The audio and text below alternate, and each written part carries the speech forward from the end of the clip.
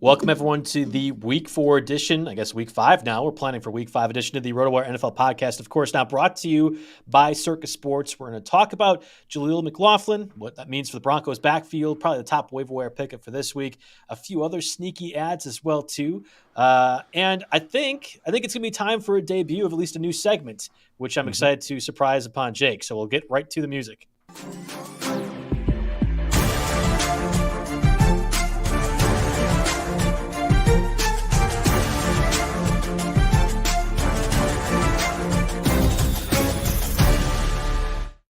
Again, welcome everyone to the Tuesday edition of the RotoWire NFL podcast brought to you by Circa Sports. I'm Joe Bartel. You can follow me on Twitter at JB Fantasy Sports. You can follow Jake at RotoJake. This is our final week with Jake. Then you're going to be gone for your Vegas trip next week. Raiders play Monday night. So I mean, don't say final week with Jake. I'm coming back. You can't get rid of me that easily. You know, we're going to make it. I'm just going to be just going to be in the desert for an extended weekend in the desert here. We'll see. We'll see what kind of toll that takes on my health. But overall, ready to go see the Packers on Monday Night Football. Ready to go see the Brewers in the playoffs today. Right after the show. That's why we're doing it an hour early today. You have the nice Brewers attire. You will be attending, hopefully, a playoff win for the Brewers. They take on the Diamondbacks tonight.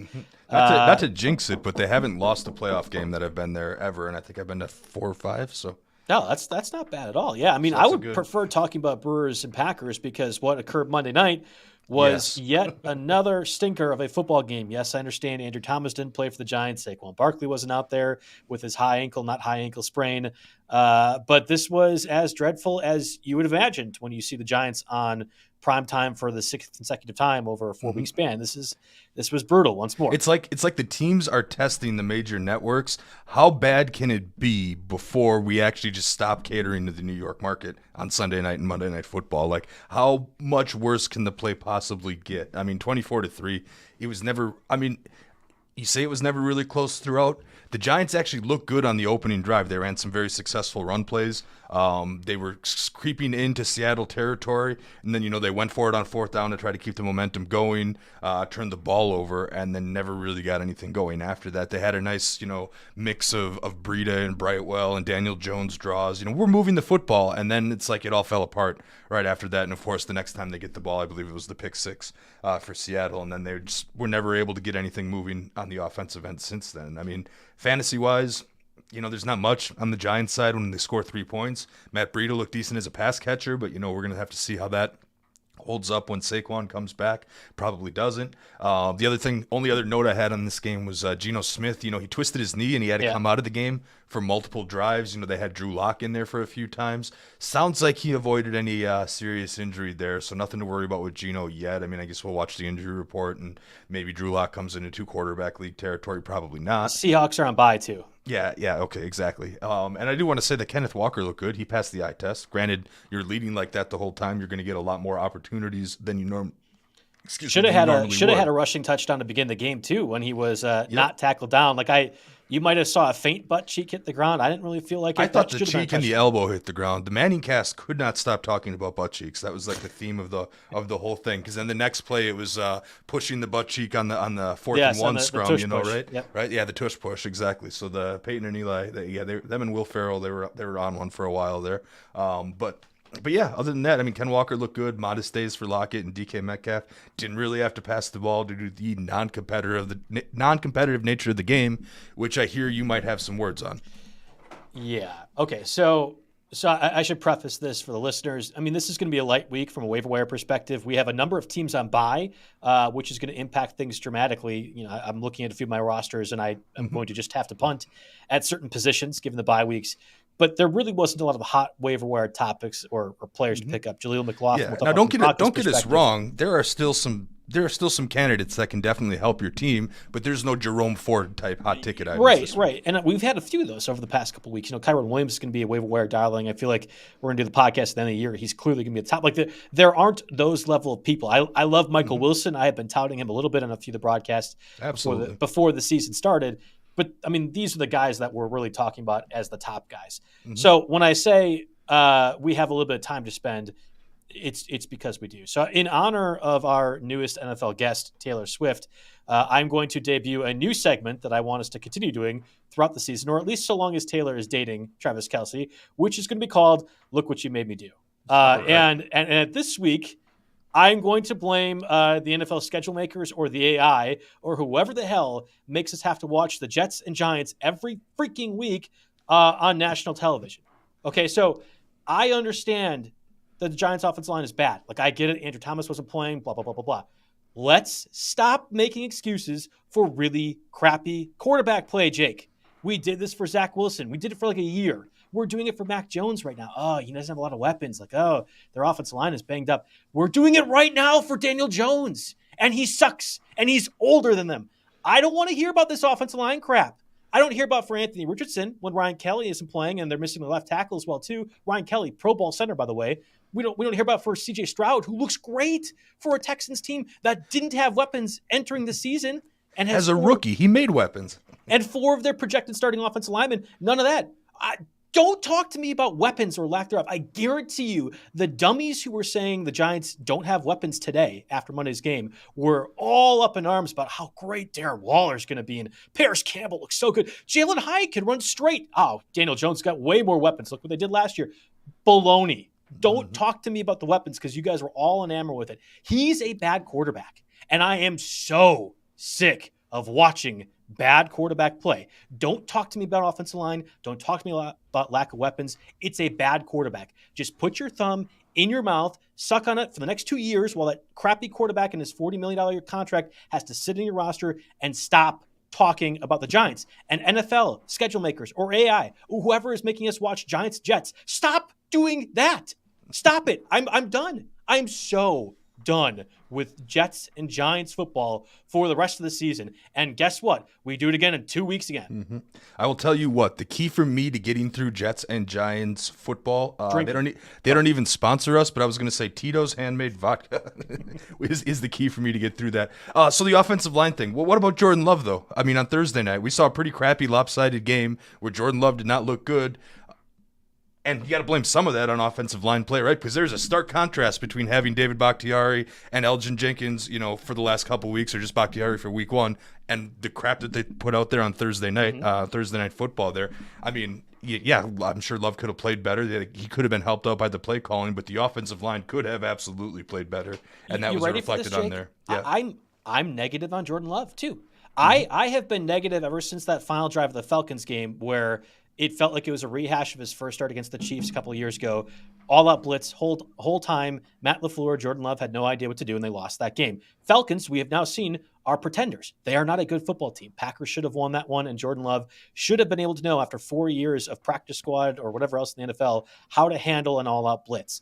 I feel the same way come Thursday as well, too. That offensive line of the Packers didn't look good, but Jordan Love could have been better. Matt LaFleur could have been better scheming things. I'm not convinced Matt LaFleur is the head coach of the Packers by the end of the season. Like that's how bad of a job spicy. I think That is spicy. I did not expect to hear that at all today. So I was looking at your rant beforehand, and I'm thinking to myself, like, okay, I'm going to poke holes in this by just bringing up the Packers example, and then Joe doubled down. So, hey, hats off to you, Joe, for sticking to your guns there. I do believe that I'm still one to make excuses for occasional offensive line once in a while, but I see what you're getting at, especially when it mixes up with this terrible Monday night, Sunday night football week after week after week. Not even like Kenny Pickett's been there for a year. Like he's a little bit younger. He hasn't played a whole lot. Zach Wilson was the same thing. I understood that to a certain point. And I think that's the only way I allow this. I didn't mention about Bryce Young, right? Like we only have a couple of games of Bryce Young who hasn't looked good. But let's give it a little bit of time. That's the same where I I'm think at that whole with coaching staff in Carolina looks like they don't quite have a I plan. think there's a lot of they're right really in the bad same coaching. vein as Chicago here. So I guess, with all this, I've put together a coherent take that one game you're missing a bunch of linemen. Okay, fine, I'll give you a pass, right?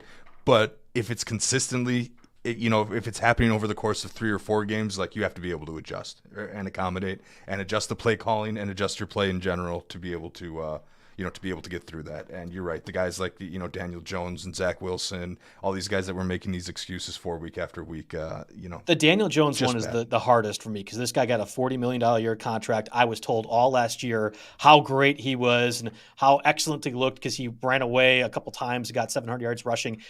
The quarterback play is the exact same that we saw last year. The Giants just beat up on a bunch of really crappy teams, and we found out the Giants are not as crappy as some of the crappy teams. Oh, by the way, same thing this year. Cardinals, they're just a little bit crappier than the Giants. Well, and they had to come back 3-4 scores down against the Cardinals in the second half. They were getting hammered by the Cardinals, so don't forget that either. Yes, I'm so sick of it. I do not want to let anybody give the excuse of bad offensive line play. For 4 years of Daniel Jones' career, he has been a 28th best quarterback throughout for 4 years of his career. Last year was an anomaly. I'm sorry. Last year was an anomaly. You will not talk to me again about Daniel Jones being a good quarterback. And thank you, Taylor Swift, for introducing this now ranting segment for me. All right. Look what you made me do, NFL. Exactly. I will promise I will find something to get super angry about next week and discuss it in the opening segment here. Usually those things come naturally one way or another, but at least we'll set some time aside for it now. All right. So we mentioned it upcoming for the bye weeks. Yeah, the Browns, Chargers, Seahawks, Buccaneers all off this week. Obviously, a couple of, I think, notable teams, specifically from a running back perspective. Deshaun Watson didn't play last week. Well, maybe that's because the Browns were playing it safe. You have the Chargers and Justin Herbert's injury, playing it safe as well. I think they did with Austin Eckler. So there's a lot of these starting caliber running backs that you might have had to get by won't be an option this week. And from a Superflex perspective, I think there's some intrigue as well, too. Before we get to the quarterbacks, though, let's get a word from our sponsors here at Blue Wire. All right, we're back. And again, just to preface, when we're talking waiver wire pickups, we are shooting for players under 50% rostered on Yahoo formats. It's been the best way that we've more or less sorted through which guys are waiver wire eligible or ones we want to discuss. I understand in your deeper leagues, many of these players might not be available. And if someone's close to our threshold, I might go ahead and peek on like ESPN or NFL.com or even Sleeper to see because every once in a while you have an anomaly that sticks out, somebody that wasn't ranked as high in the preseason draft boards, that the ownership percentage is affected by that. So we'll peek around. But yeah, 50% is generally the threshold we're looking for here. Yeah, and I mentioned that because Stroud's at 47% rostered, especially in 2 QB leagues. He's long gone. He's looked fantastic. I'm all in. I needed to see last week, can the Texans offense withstand a tremendous pass rush? They absolutely did. You're right. Like that was the unequivocal thing. And now I'm all in. Tank Dell didn't have a great game. You still had Nico Collins go completely off. These were people that you weren't really considering. Nico Collins is a weapon. Yes. Right? Yes. The narrative on Stroud was that he didn't have any weapons. Well, guess what? Nico Collins is a weapon. Yep, he made his weapons. So Stroud's a lock, and I think especially when you look at the quarterbacks that you're missing this week, Justin Herbert, maybe you're starting Geno Smith. Baker Mayfield was fantastic last week. In 2 of the 4 weeks, he's been a top 6 fantasy starter. Not that you're playing him per se, but I mean, like, there's a few options that Deshaun Watson. He's going to get hot once in a while, feel a little bit dangerous here and there. I don't really trust someone like Baker overall, but I'm just saying Stroud would be a start for at least 2 of these teams who had Watson and Justin Herbert. Yeah, no, absolutely. The other one's Sam Howell, home game against the Bears. It is on Thursday night, though. Yeah, that makes me a little anxious. I generally don't like the short week, the short turnaround. I do like that it's at home, and I do like that it's against the Bears because while the defense has been spotty. It hasn't necessarily been the entire problem, but Justin Fields probably had one of his better games as a passer overall last week and still managed to blow the league. And, you see those reports of him just full uniform, sitting, staring in his, in the locker room afterwards after people are starting to leave, just dumbfounded in disbelief. This is a franchise that is an absolute mess here. So I think Sam Howell, even with some injuries on the receiving cores that seemed to happen last week, they actually have decent depth. I mean, Dotson and Samuel are both a little bit banged up here, but I mean, even Dynamic Browns after that. Scary Terry's still pushing through the turf injury. Brian Robinson and Antonio Gibson are both capable pass catchers when need be here. So even if the depth gets tested, I think Sam Howell can still go out there and score 20 fantasy points against the Bears. Frederick, like I said, I wanted to transition right into his question. Dobbs Howell or Jimmy G? So Josh Dobbs, I forget who the Cardinals are going against. Howell, of course, against the Bears, and then Jimmy G, if he plays, against the Packers Monday night. Yeah, Dobbs has been frisky at some point, at points in time. I assume Jimmy G's gonna play against the Packers. He gets a home game, but I'm probably going Howell in this scenario. I think I would go Howell too. And honestly, the person I would Dobbs consider has the Bengals, so I'm still taking Howell, but I would middle of the would pack consider against opposing quarterbacks. Zach Wilson. I know it's crazy. I just ranted about the Jets and New York media and everything else like that, or I guess the Giants, but New York overall, because I've been tired of watching the Jets too. They go against the Broncos, which just made Justin Fields look like an all-pro quarterback. I think Zach Wilson, especially with the teams on bye this week, is like a top 16 play. I have Howell higher, but I think Zach Howell is more interesting to me than Josh Dobbs or Jimmy G because of matchup. I threw Zach Wilson in the 2-quarterback league part, instead of the streamer part, because even if you're in a 12-team Superflex league, for example, Zach Wilson might be one of the 3 starting quarterbacks that's on the waiver wire, right? Maybe. So maybe.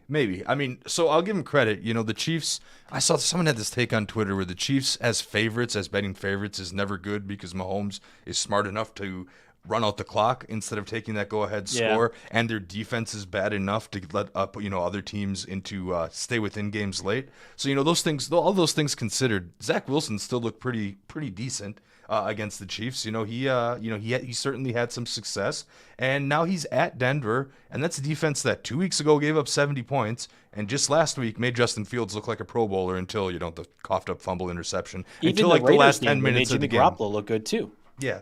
Exactly here. So this Denver defense is, man, they're I know that Denver got the win last week, but I think they're going to end up, being among the worst teams in the National Football League. So even a quarterback as bad as Zach Wilson, I feel like, with guys like Breece Hall and Garrett Wilson and the defense the way it is, Tyler Conklin I'll mention as a tight end stream because Denver's been him up. especially atrocious against tight ends this year. I think there are some Jets offensive options that are in play this week for sure. I legitimately think even in single QB league, if you are desperate enough, Zach Wilson actually is the call, much less in 2 QB leagues.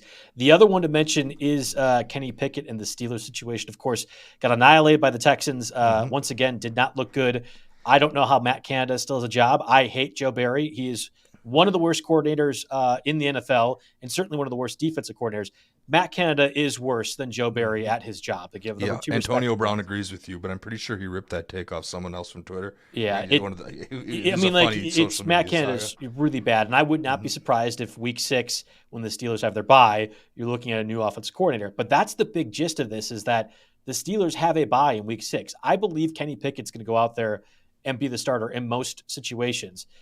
But he is the franchise quarterback, whether Steeler fans like that or not. Yeah, and I think you have to be safe in this house. So I think Trubisky will play, even though Mike Tomlin and a report from Ian Rappaport suggested Kenny Pickett might be available. I think it's going to be Trubisky in week 5. Yeah, so I think he left the game with a knee injury, or he missed some time. It's bone bruise. Yeah, it's a bone bruise. He twisted his knee, Yep. that was Gino that twisted his knee. Pickett has the bone bruise, and our last update on Pickett says that he's expected to practice on Wednesday, and then we'll see how he fares in the week before deciding on his status here. So Trubisky, if you're in your deeper 2 quarterback leagues, like I'm sure Trubisky can be picked up in Fishbowl, for example, because I was able to get guys like Andy Dalton, and I started Aiden O'Connell in Fishbowl last week. This is your situation once you skip quarterbacks early and draft Aaron Rodgers. You're doing that kind of thing.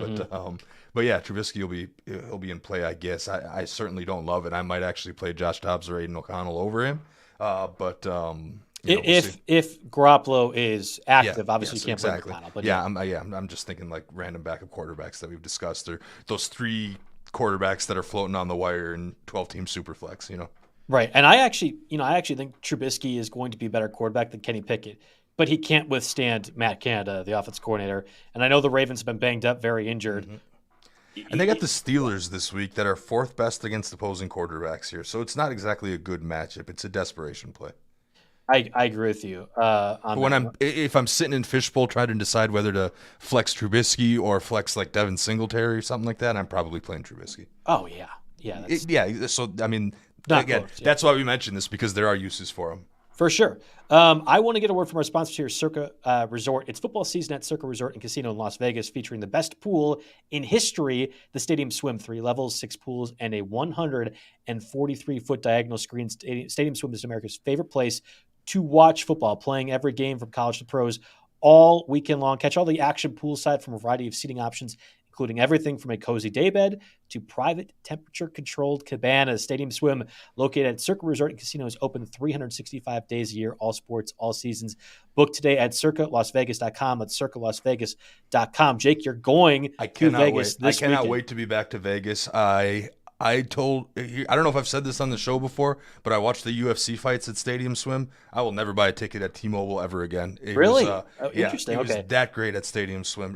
Seriously, I mean, I could stand there. The worst ticket at T-Mobile is about $800, right? So I don't even care, if I'm spending a few hundred on booze at Stadium Swim. I'm watching it on their giant TV while standing in the pool. It is amazing. I can't do any better than the Stadium Swim plug there.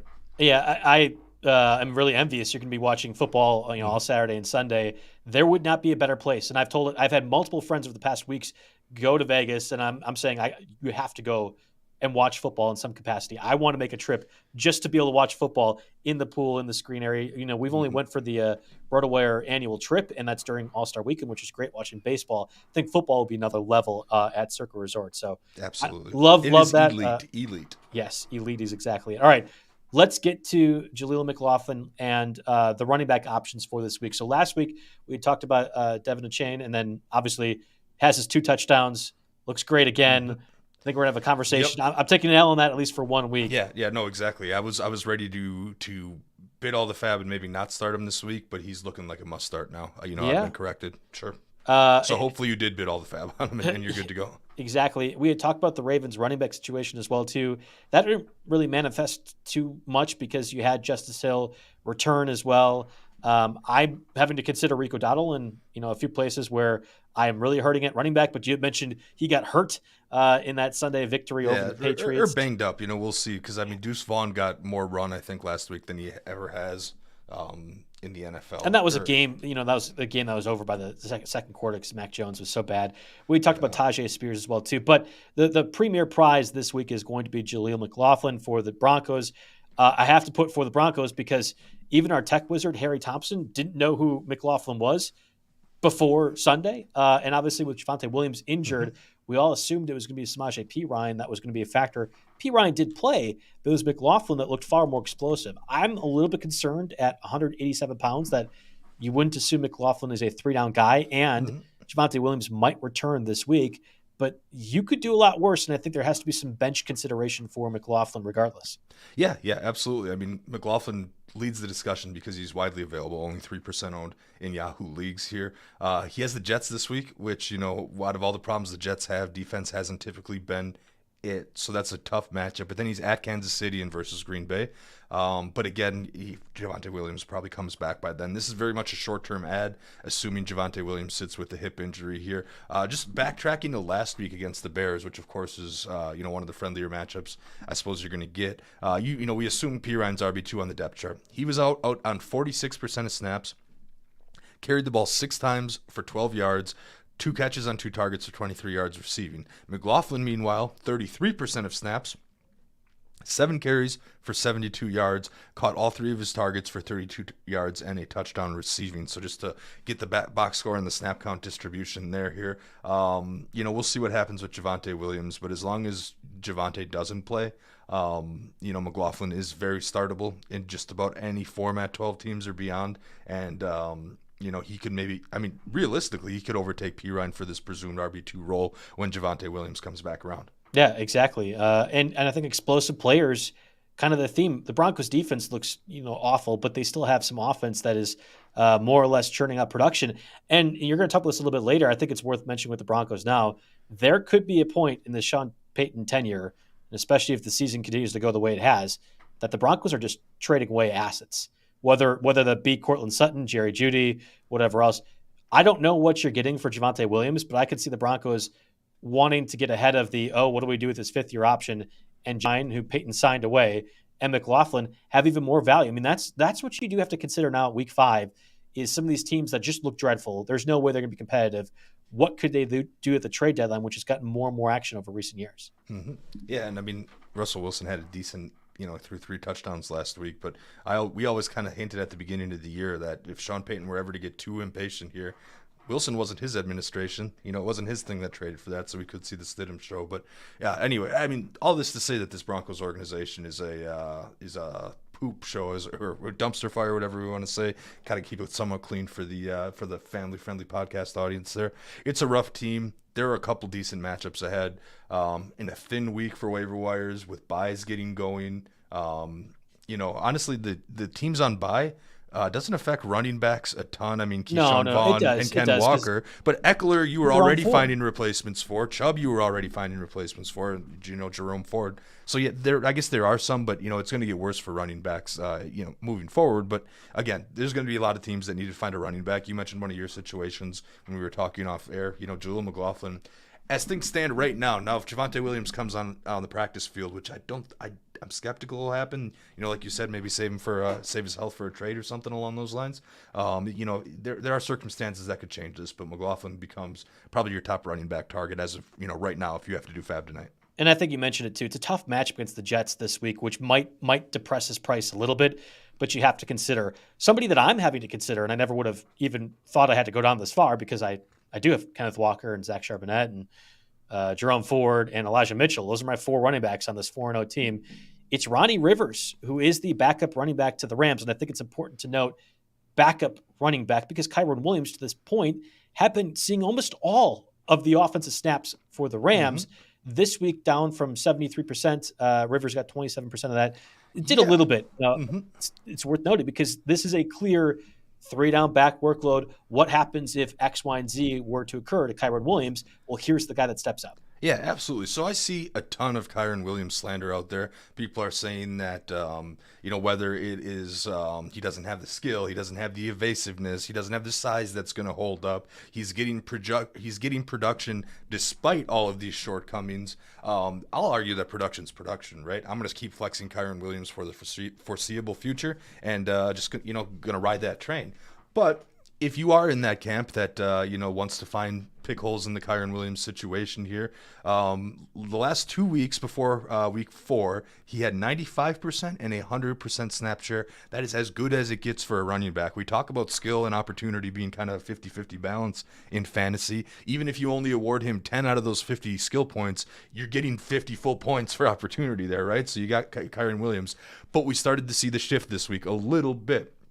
Ronnie Rivers had 27% of the snaps, whereas Kyren was down to 73%. It didn't necessarily translate to a ton of production, but he is starting to get touches, and that is meaningful in this situation. It translated to some production, right? I mean, Ronnie Rivers actually got yards, right? He got 2 targets in the passing game, caught them both for 10 yards, ran the ball 9 times for 47 yards. Yeah. Meanwhile, Kyren Williams is out there running 25 times for 100-plus yards and 2 touchdowns here. Yeah. And I mean, it's not like this game was a blowout the entire way. It was kind of lopsided. The Colts marched their way back towards the end there. Forced overtime. Yeah, they forced overtime, which was credit to Anthony Richardson for that. But I'm just saying that the stock of Ronnie Rivers is rising here. Yeah, I wholeheartedly agree with you. And then the other guy I think worth discussing, I think putting all 3 together is important because McLaughlin, clearly the next guy. But there's Ronnie Rivers and then Chuba Hubbard. Look at the Panthers offense. It's not great. Miles Sanders has been banged up a lot. But now this week we saw Chuba Hubbard finally get a bit more involved. Had 1 more carry. The playing time, pretty even split. Miles Sanders has been productive, and he can do a lot of pass-catching stuff. For whatever the reason, the Panthers of the past 2 years haven't wanted to have Chuba Hubbard as the pass catcher. But, I think he is worth mentioning in deeper leagues as well, too. Yeah, for some reason I had thought in my head that Chuba was right up around our 50% threshold. Not at all the case. Only 25% rostered in Yahoo leagues. And, obviously that's not the case with Miles Sanders. Far higher ownership. But really, this is a 50-50 timeshare split here. If anything, actually, Chuba Hubbard had 54% of the snaps compared to 43% for Miles Sanders this past week. And Chuba Hubbard actually had a much 11% greater route run rate than Miles Sanders did, even though Sanders had 1 more target and, of course, both caught all of their targets. This is interesting. Jerry mentions in his box score breakdown article, which is an excellent column. One thing I read cover to cover as prep for this show, that Miles Sanders is averaging less than 3 yards a carry this year. And I know yards per carry isn't everything, but that's still bad. And he only took 32% of the second half snaps against the Vikings this past week, right? And the game was competitive. And again, yes, exactly. The game was indeed competitive. So are we seeing a full-on changing of the guard? I don't know about that, but Chuba Hubbard these two should be much closer in ownership percentage than they actually are. And I think, I wrote McLaughlin and Rivers down because they're hot and they're new names, and Chuba's kind of someone that we're recycling a little bit. That seems to be a frequent, not guest, but a frequent column, section, topic, what have you, in our waiver wire show year after year. So it's not a sexy name, but if you actually need some kind of quick production, Chuba might be the best start out of these three guys this week. Just because he doesn't depend on an injury or somebody else completely falling off, because the changes actually happen. Now, Chuba's at Detroit, who stuffed the Packers didn't even try to run the ball against Detroit, but they stuffed any small opportunities that they did. Then they're at Miami, who's definitely going to give up some points, and then they're a bye here. So it's not necessarily a short-term thing, but I don't know. I'd take a look at Chuba Hubbard. We'll see what happens. Yeah, I wholeheartedly agree, and I think part of the playing time has to do with Miles Sanders being banged up. And it's a little bit tough to recommend the backup running back on one of the league's worst offenses. But there are bye weeks, and this is kind of a situation where he needs to be rostered in more leagues, in more formats. I completely agree. You have on the list Jamal Williams, who is on injured reserve, was placed there last week. He slipped below 47%, so you could do worse in terms of stashes. And if you have leagues where that's a free roster spot, I think you take that, even though Alvin Kamara came back. And I had that completely wrong. Got 13 receptions. I was saying if Jameis Winston's your starting quarterback, which I thought was going to happen, Derek Carr ended up playing. Winston doesn't check the ball down too much. Well, that's exactly what Carr did. So Alvin Kamara, all wheels up, because that was a check down monster. I was playing the NFL trivia game on the Amazon Alexa thing, and they had Kamara. Somehow I totally missed, and they had 13 receptions, and I was like, wait a minute, that has to be a typo. And then I went back and I looked at it, and I was like, nope, he actually had more receptions than any other player in the National Football League this entire week. So, shout out to Kamara for doing that. And, that kind of puts Tony Jones on the drop list. He had 0 carries or catches, even though I believe he was active. And Kendre Miller, who was getting a lot of hype in waiver wire shows last week. It's going to be, it's a dart with Kendre Miller. You're somehow hoping that he finds a way to break out, but there doesn't look like an immediate path to success there here. And the one other thing I wanted to note is Derrick Henry did have a good game this week. I think he ran for one and he threw for one, and the touchdown run was pretty impressive. He looked more explosive, elusive, tackle breaking than he had looked through the first 3 weeks of the season here. But I'm still getting Tajay Spears at 24% here. I snuck in. Someone dropped him in a keeper league of mine. You only get 2 keepers though, so you won't go in that deep. I dropped Jalen Hyatt in that league, for example, and then I backdoored on the waiver wire. I put a $2 bid in for kind of that secondary round of claims, and I like the possibility of maybe having Tajay Spears at $2 moving forward. Yeah, we have questions about the Titans here, but with the path that he's going and the path that Henry generally seems to be going, I'm very happy with that move. Yeah, I'm with you. You had mentioned Tony Jones is a drop. That makes sense. Justice Hill, I guess 11% of the snaps, but I don't know what the Ravens backfield. Have you been monitoring the Keaton Mitchell situation? Keaton Mitchell's on injured reserve for the Ravens. Will be eligible to play Week 5 here against the Steelers. And we play in my fantasy league. We do our dynasty league there. I play in a lot of different my fantasy leagues, and you can search by how often he's being picked up or acquired by other people. And I was looking at this like Thursday or Wednesday, and he was at 18% rostered or picked up in those. Far and away the biggest one. Like, what is happening here? He literally couldn't play last week. I think, if I'm following this correctly, Jake, Schefter picked him up in one of his leagues and either said it on a podcast or tweeted it out, and people just ran with it. And it felt a lot like when Reddit said Will Levis was going to pick number 1 overall, and his odds went from like plus 10,000 to plus 400 or whatever it was for that one day. Keaton Mitchell's actually something. I talked about it on the Friday show with Mario Puig. A 4.37 speed, really fast. The Ravens don't have J.K. Dobbins. Gus Edwards have been banged up at times. Mitchell is not nothing, but I'm not getting into that at all. So I wouldn't be surprised if Schefter just knows something, kind of like how he did Ronnie Rivers last year for the Rams. Yeah. But I'm not. I can't literally articulate why you should pick it up, other than Schefter might be onto something. Yeah. So the situation with Baltimore is all right. Gus Edwards had, let's see, what does Jerry have down here? 71% of snaps and 72% of RB opportunities. Now Justin Hill and Melvin Gordon were both more efficient. Hill even looked, pretty healthy.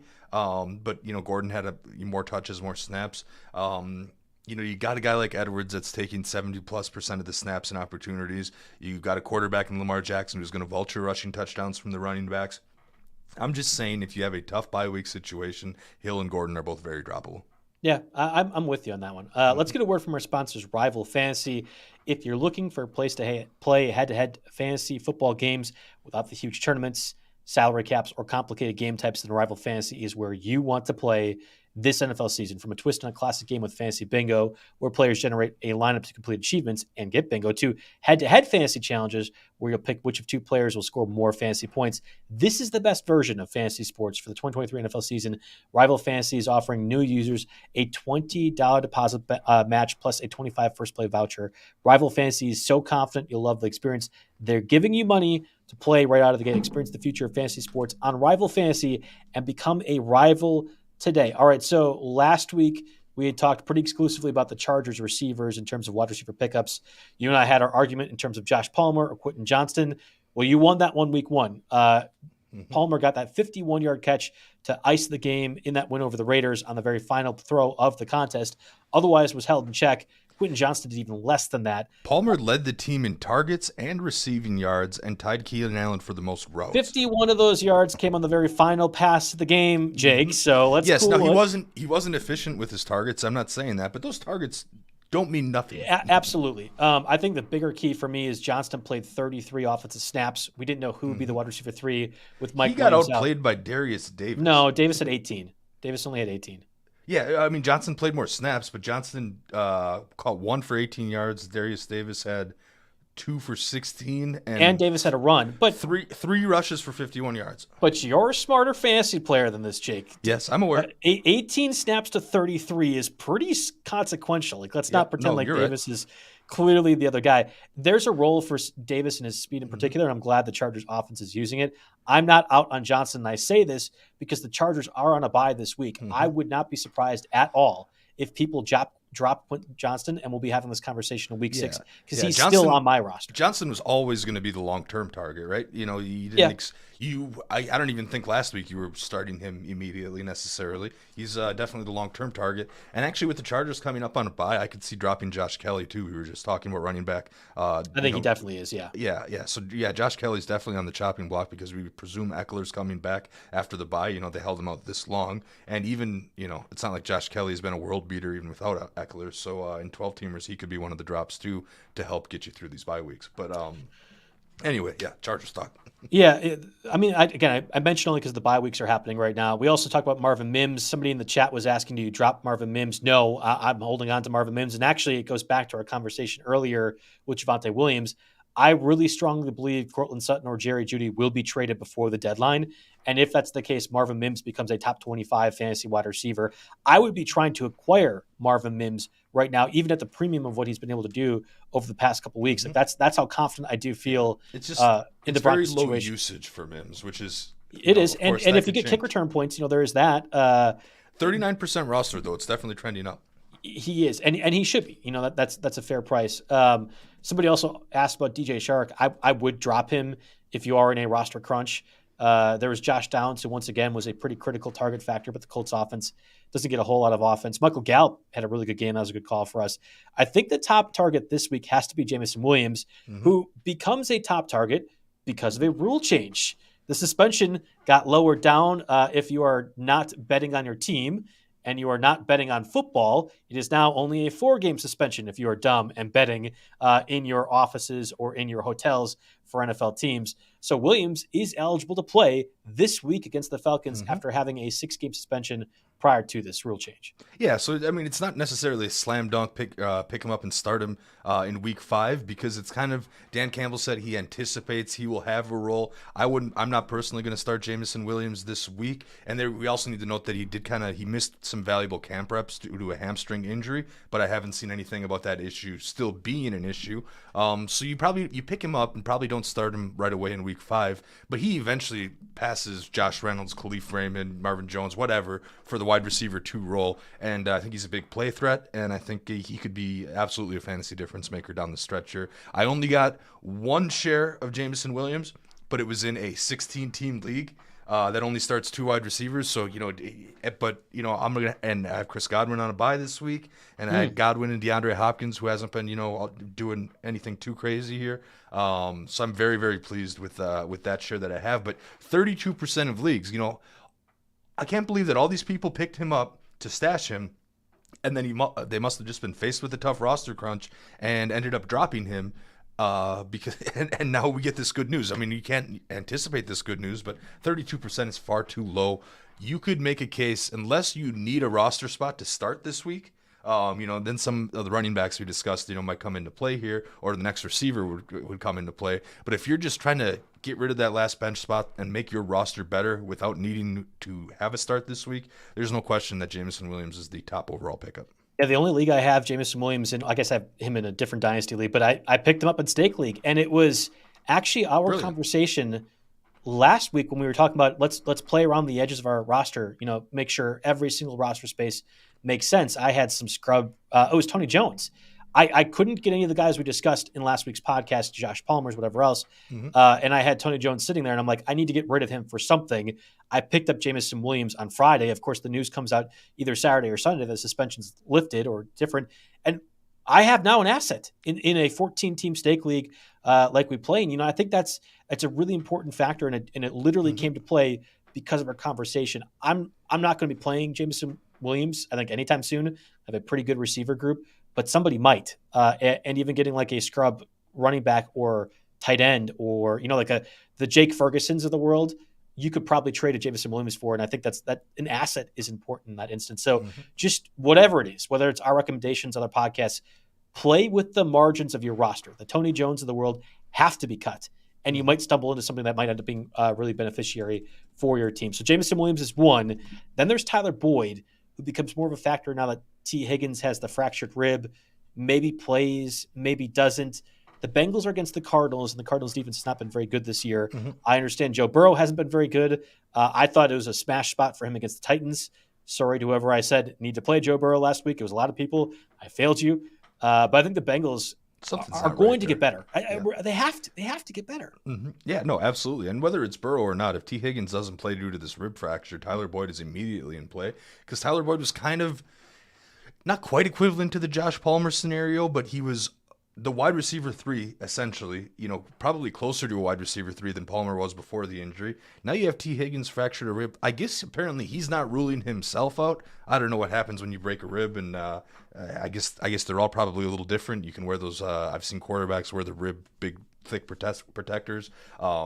We'll see. I still don't think T. Higgins has been the same since the DeMar Hamlin situation. I don't know if there's a mental thing there, but I don't think he has the same drive to go hit someone. Anyway, that's the side. That's the side.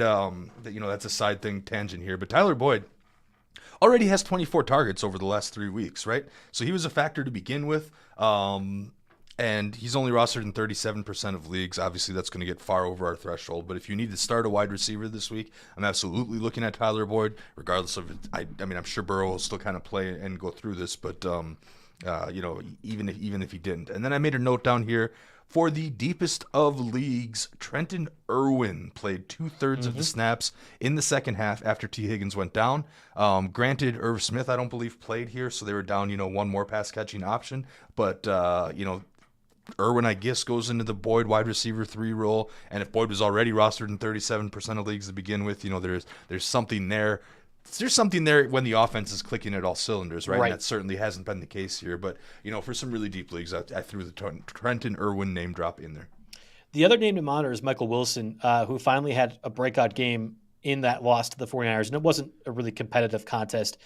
A big prospect, I think he's like 6'4", 215. It was really one of the true and only outside wide receivers of this draft class. Like I had talked ad nauseum end of July, early August about Rashee Rice because he has to have a role in the Chiefs offense. They don't have anybody else like him. It was the same concept for Michael Wilson. You have Marquise Brown, you have Greg Dortch, you got Rondale Moore, all these smaller receivers, but nobody like Wilson. I loved him as a prospect. I didn't like the situation. I thought the Cardinals were going to be miserable. They've looked better, and Josh Dobbs has looked better as well too. It's not to the point where I'd be targeting him over any of these other guys we've mentioned at wide receiver yet, though. Yeah, I'm pretty interested in Michael Wilson, actually. Again, out of all these pickups, if you got to start someone this week, it's probably Boyd. But if you're just making your roster better, Wilson absolutely goes into the mix here. I actually put Rondale Moore on the cut list, even though Rondale Moore outsnapped Michael Wilson. He was 77%. Wilson was 73%. Wilson had 7 targets, and Rondale Moore only had 2 targets. So I've actually got him down on my drop list. Zach Pascal as well only had 4 targets on 27% of the snaps here. So Michael Wilson is the wide receiver 2 to Hollywood Brown, maybe wide receiver 3 if you count Zach Ertz there. Ertz and Hollywood Brown were each targeted 10 times in this game, and those, obviously those are the guys there, and it's tough to really rationalize too much Cardinals exposure in your fantasy lineups here. But Wilson next at 7. Very important. Obviously, caught 2 touchdowns. We have seen what he can do. They've used draft capital. I believe he was a 3rd-round pick, and you mentioned some of the stuff there. But the thing is I always watch Alan and Jeff's Sneaky Ads video, which is another great. If you're watching us on YouTube, this is another. It's basically like the 6-minute version of this show that tries to find like the hidden gems. The most obscure. The guys that you wouldn't see at the top of your mainstream waiver wire columns here. But they did discuss Michael Wilson, and Alan brought up an interesting point here that. The Browns. I'm so used to saying the Browns in this context. The Cardinals. Yes. They clearly don't have big time win now aspirations here. Could Hollywood Brown be a trade candidate? Around deadline time. I don't know, maybe, but if that's the case here, and we talk about them possibly shopping Ertz and them continuing to use Ertz because they probably will shop him at the deadline as well. If one or both of those guys get moved, suddenly Michael Wilson could be looking at 12 targets a game here, and that is a huge fantasy asset because Dobbs has been surprisingly not terrible. Yeah, and I think do you want to upset Kyler Murray? Of course, they're college teammates, but is Kyler Murray really in your plans if you are going the direction the Cardinals seem to be going? I don't know. Yep, it really is. It really is a compelling question. They got the I think they were the ones that got the Texans pick right from that Will Anderson trade up. I'm pretty sure if that's the case, the Cardinals, maybe I'm blanking on it. Anyway, they have multiple first-round picks in that situation too, and could be playing the same game to a lesser extent. The Bears are with the Panthers and Bears, top 2 selections as well. The stinky teams are really stinky this year, and it's very easy to identify them. I don't think the Cardinals are as stinky as I was anticipating, and I think a lot of the public was participating too, or anticipating, I should say. So something to keep in mind. Like I would sooner believe the Broncos will trade the Judy or Cortland Sutton than the Cardinals trade Marquise Brown. I guess I'd put it that way. Right on. Okay, so I got another big list that we'll kind of do in quick hits for him. Sure. I'll rattle off a bunch of names, and then you tell me if any of them intrigues you or are worth talking about anymore. All right. Rashid Shaheed still hanging around at 42%. I think he should be rostered just about everywhere. I like him. Nick Westbrook-Akine is at 0%. That's a little dependent on the Traylon Burks injury, but he scored last week and had 82% of the snaps. So very, very interesting there. We saw, sadly, Devontae Adams went down with a shoulder. He came back. He came back and played that. Yes. Okay. Yes, he came back and played that game. I totally missed that in my afternoon nap, I guess. But don't blame you. I was worried. He saved a fantasy matchup for me. So yeah, he's I thought that he broke a collarbone for a second. It's what it looked like. Right. But again, a few classes shy of my MD there. So anyway, so I was going to maybe look to Hunter Renfrow as wide receiver 2 after Jacoby Myers, but clearly we're not doing that. Nope. Terrace Marshall had 10 targets last week, but he's wide receiver 3 on the Panthers. So, ups and downs there. I'd feel better if Andy Dalton was my quarterback with Bryce Young. I don't think there's a Panther guy other than Thielen I want to roster. Right on. Okay, so and then again, speaking of bad teams, I'm not exactly targeting Bears wide receivers, but Darnell Mooney is down to 27% rostered. he won't be getting any competition from Chase Claypool anytime soon, who was told to stay home from the game on Sunday. Right. Just don't even show up. So anyway, Mooney had his best game since week 1, catching all 4 targets for 51 yards. They're at the Commanders versus the Vikings versus the Raiders. Some pretty good receiving matchups there. So something in on there. Another one that would have made our main wide receiver section if Tampa Bay wasn't on a bye is Deven Thompkins, who is 0% rostered. He looked to be someone Baker was dialing in on to some degree. 4 catches on 4 targets for 45 yards and a score, tied with Cade Otton for the second highest targets on the team. Of course, this was because Mike Evans left the game with a hamstring injury. But they're on a bye, so you can't use Thompkins this week, and potentially afterwards Evans will be back, in which case that would push Thompkins back into irrelevance here. So the Buccaneers receivers, I wanted to bring up real quick. I play in the Beat Joe Bartel Online Championship. It's an NFFC competition, 12 teams, 20 roster spots. So really deep. And I got like 4 or 5 guys that I probably should cut, Jake. And it's not because I'm not trying. I have been absolutely doing so. Going through the pre-waiver wire checklist for all of my 15 teams, I'm like, all right, I'm going to go get one of these guys from the Buccaneers perspective, forgetting that they were on a bye for week 5.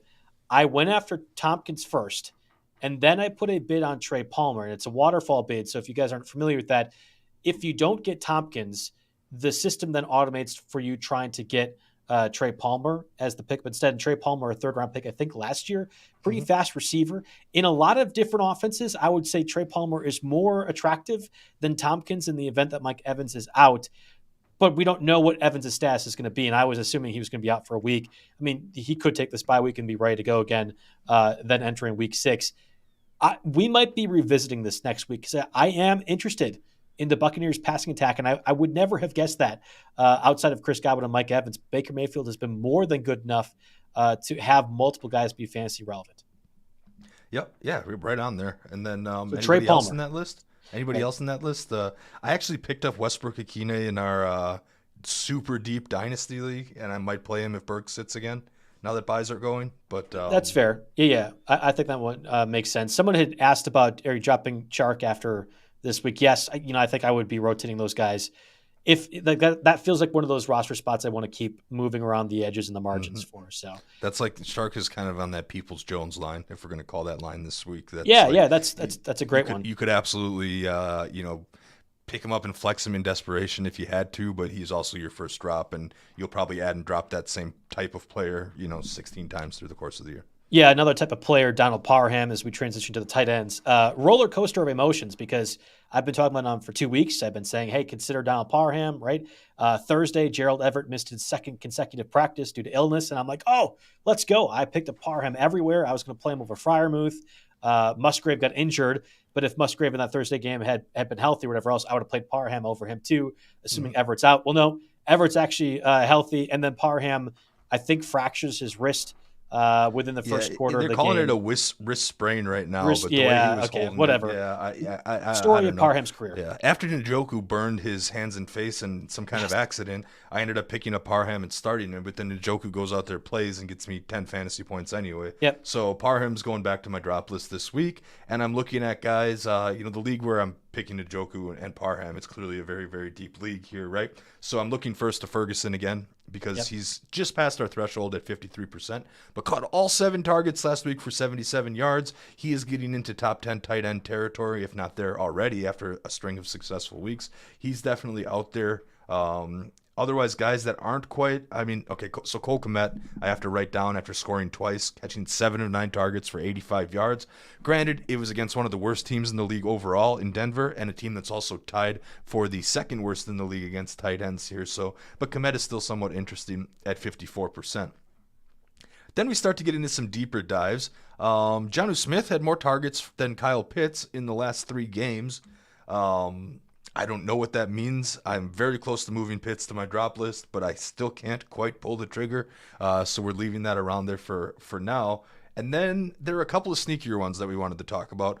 Darnell Washington is one of them. He's a rookie 3rd-round pick. Pat Freiermuth is set to miss multiple games with a hamstring injury. Washington got a little bit of run late.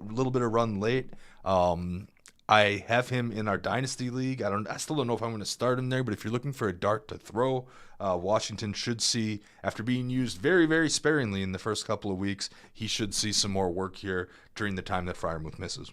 Yeah, and the other one's Tyler Conklin, who we mentioned on the Sneaky Waiver Wire podcast or video quick hits with Jeff and Alan. And Conklin going into the Broncos defense, very bad, very bad defense, but also really bad against tight ends specifically. So Darnell Washington and Tyler Conklin, I think not only are pickups in deeper leagues, but our flex plays. Like you could, especially with these 4 teams on the bye, very realistically say, I'm going to get 8 points out of Tyler Conklin. I might get 5 or 6 out of Darnell Washington. I'm going to play them obviously over Freiermuth, who's injured, but I would play them over Kyle Pitts at this point. Mm-hmm. I would play them over Juwan Johnson, obviously, the Dawson Knoxes of the world. We are going over this before the show. There's probably 5 tight ends you want. Kelsey, Hawkinson, Mark Andrews. I think you're still playing Dallas Goedert. Sam Laporta is absolutely on my list. Mm-hmm. I'm playing Sam Laporta Kittle's everywhere. Still there.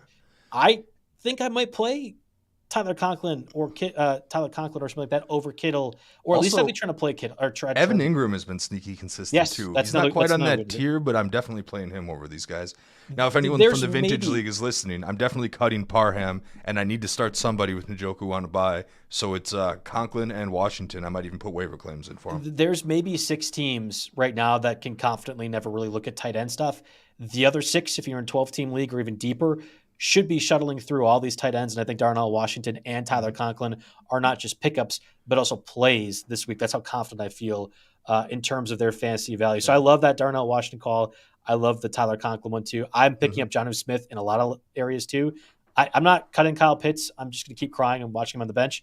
Yep. But Jonnu Smith is playing over Kyle Pitts in my fantasy lineups in the event that I have both of them. And our darling Luke Musgrave has the clear concussion protocol this week. So yes. I started Musgrave over Pitts in a whole bunch of leagues. I started Musgrave way too many spots. I had some weird irrational. That ended up being not too bad of a play because Pitts only got like 3 points. Yeah, but Musgrave got all of 0.6 points. So anyway. I know. No, I mean it wasn't great. So anyway, yeah, your cuts. Pat Freiermuth goes. Juwan Johnson's dealing with a calf injury. He can go. Dawson Knox is seeing his usage continuously decline. He can go. Parham, assuming if the sprain ever turns into a break at any point, he can go. And Pitts is right there hanging on the edge. Yeah, absolutely. Okay, let's talk defenses, and I'll queue up a few of the questions that we have waiting for us, Jake. All right, so I saw just about every single list that I looked at had one of these 2 teams at the top. It was the Commanders 26% versus the Chiefs on Thursday Night Football. That'll probably be one of the lower, or not versus the Chiefs, I'm sorry, versus the Bears. I saw CHI and I wanted to say Chiefs. Anyway, the Commanders 26% versus the Bears on Thursday Night Football. Short week, home game. Fields is going to throw the ball in silly, stupid places and maybe have a disastrous fumble at some point. So you're definitely looking to stream the Commanders. I've also seen the Lions, only 12% rostered. They're at home against Carolina, so I'm interested there. I had the Packers on this list originally, assuming that there would be no Devontae Adams and we'd have a chance of Aiden O'Connell. That is no longer the case here, and of course that mixes in with the Packers hopefully getting Jair Alexander back. But now I'm thinking of dropping the Packers for the Commanders or the Lions this week, so that's very interesting. And then, listen, I know we talked about how bad the Denver defense is the entire podcast, but they did make a couple of big plays against Fields last week, and they get Zach Wilson. I mean, they get the Jets this week. So, so those are the defenses I'm looking to stream because, let's get real here. Cleveland absolutely was a defense that was rostered.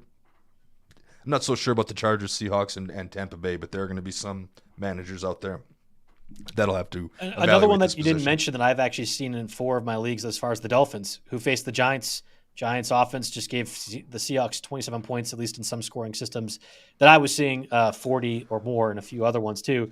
I will pick the Dolphins up ahead of every one of those. But yeah, there's a lot of different streaming options out there this week. We have a few questions, Jake, here, a lot pertaining to a few of these like round 7 and later receivers and trying to turn them into something. The Dwight Schrute trade up until you get the magic beans from Jim angle here. So out of Ayuk, Amon-Ra St. Brown, and Nico Collins, which one would you try to turn into a running back 1? Right now the running backs are Jahmyr Gibbs, Jalen Warren, Kenneth Walker, of course, on bye, and Brian Robinson. So Walker and Robinson, you're able to start each and every week and probably have a good group, but you could do better, I think, with these select receivers and running backs.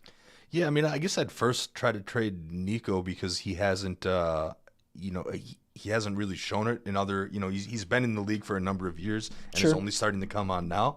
But I think other fantasy managers are going to kind of recognize that same thing and maybe not buy their production. I think you'll be able to get more if you package Ayuk, who is coming off a couple of solid games here, but we have to remember that this is a run-first team and that Deebo Samuel has been very banged up.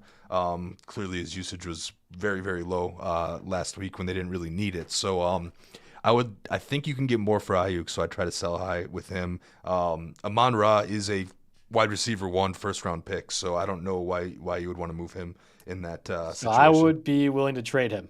Okay. Why do you think? See, I love. I'm a fan of Jameson Williams coming back, but I don't think he's necessarily going to take way too much from Laporta or Amon-Ra. I don't. I actually think the Lions' offense is totally fine. My thought process was, you're not trading for McCaffrey with Amon-Ra St. Brown and Brian Robinson, but you're probably not too far off from some of these top running backs. Like, could you get Austin Eckler for Brian Robinson and Amon-Ra St. Brown? And I don't think you're losing that much now, guaranteeing that you can start Nico Collins and Brandon Ayuk. The play might be, let's say, hey, Ayuk or even Nico Collins for Kyron Williams, who would be a confident RB2 for most people. But this lineup in particular, I mean, is he playing over Brian Robinson and Kenneth Walker most weeks? Probably not. I would be trying to partner Gibbs and Amon-Ra St. Brown for whatever I possibly could get at the top end, the guys that I feel very confident in, the Christian McCaffreys, the Austin Ecklers of the world. That would be kind of my consideration. So somebody asks, would you pick up Romeo Doubs or Hollywood Brown? I have to imagine this is a four-team league, but it's an interesting conversation because Romeo Doubs was an 11th round, 10th round pick. Hollywood Brown, I mean, higher, but not much higher. Which one of those do you like more rest of season? Did he specify standard PPR? I think it's PPR. Mm-hmm. If it's rest of season, I'm probably going Hollywood, but especially if it's PPR.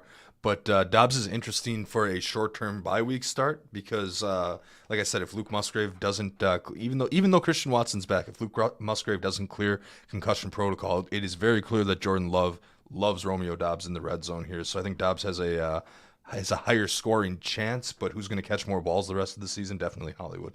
Let's do this. Culver's board bet rest of season. So week 5 onward.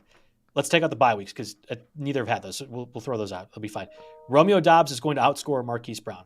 I am that confident that I think Jordan Love has found his number one target. I don't care that Christian Watson is back. Doubs is not just a red zone threat, although he's very good. Mm-hmm. I think Doubs rest of season outscores Marquise Brown. Outscoring him, I can totally believe. I was only going more receptions. Okay. But yeah, that's just in stake league points. I think Romeo Doubs has a better season than Hollywood Brown. Yeah, Dobbs will definitely score more touchdowns, and Hollywood will get more receptions here. I don't quite know if this is quite the play that we thought it was going to be. In full point PPR, I don't care. Whatever it is, I think Dobbs is going to be the better player rest of season. I liked this question. Start 2 running backs, Isaiah Pacheco, and I think the Chiefs are going against a pretty good opponent. Man, Pacheco's RB1, by the way. There's I don't think we question that anymore. Absolutely. He's must start. He is, but the other ones are Alvin Kamara, who had 13 catches again last week, or Deven Thompkins, or Achan. I can't get the name of it. Achan. Thank you, so Achan. I'm looking here, and obviously PPR is the defining it is full point PPR option in this question here. It is full point PPR? Yes. It is full point. It's right below. He puts – okay, yeah, I'm looking just up at the thing. Oh, boy.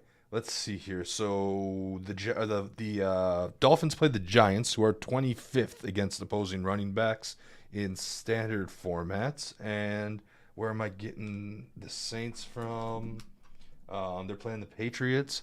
I would start Achan this week, Achan and Pacheco. I might go Pacheco and Kamara. Like, I think the Achan thing against the Patriots defense looks a little bit different than what we've seen in past. But it's Achan against the Giants and Kamara yes, right. against the Patriots. So that's why I went Pacheco. I didn't even look up the matchup. He's the start, and then the Achan matchup's a little better for me. Okay, I'm right there with you on that one. So 2 more questions because you have Njoku in a few spots. Do you pick up Jonnu Smith? I don't care about Logan Thomas. Jonnu Smith, or do you have Njoku rest of the season? So you have to pick up Jonnu Smith to drop Njoku. Do you want to drop Njoku? I would be fine with it. I am not doing that, I don't think, for either of those guys. But I could see this question coming up because you need to start someone during the bye week. And Njoku's in the bye. Yeah, and if you have to, then sure, go for it, because you can probably pick Njoku back up after the bye, unless, it might cost you a couple FAAB dollars. But, yes, if you have to, but if you've got one of the 6 tight ends that we started out talking about, you keep those guys. There's no reason to just make that move for your secondary tight end. I'd hang on to Njoku. I like final 2 questions here. So do you trade Derrick Henry for Cooper Kupp or Puka Nacua? I'm not worried about Nacua when Kupp comes back, and I would sooner assume both guys are going to be fine. Like I don't think there's a scenario where Nacua becomes just not fantasy relevant at all, and I think Cooper Kupp is still going to have plenty of fantasy value. So I would trade Henry for Kupp, I guess not Nacua, but I'm not trading Henry, if that makes sense. So McCaffrey and Henry are 2 amazing backs, and there has been a little bit of injury history, right?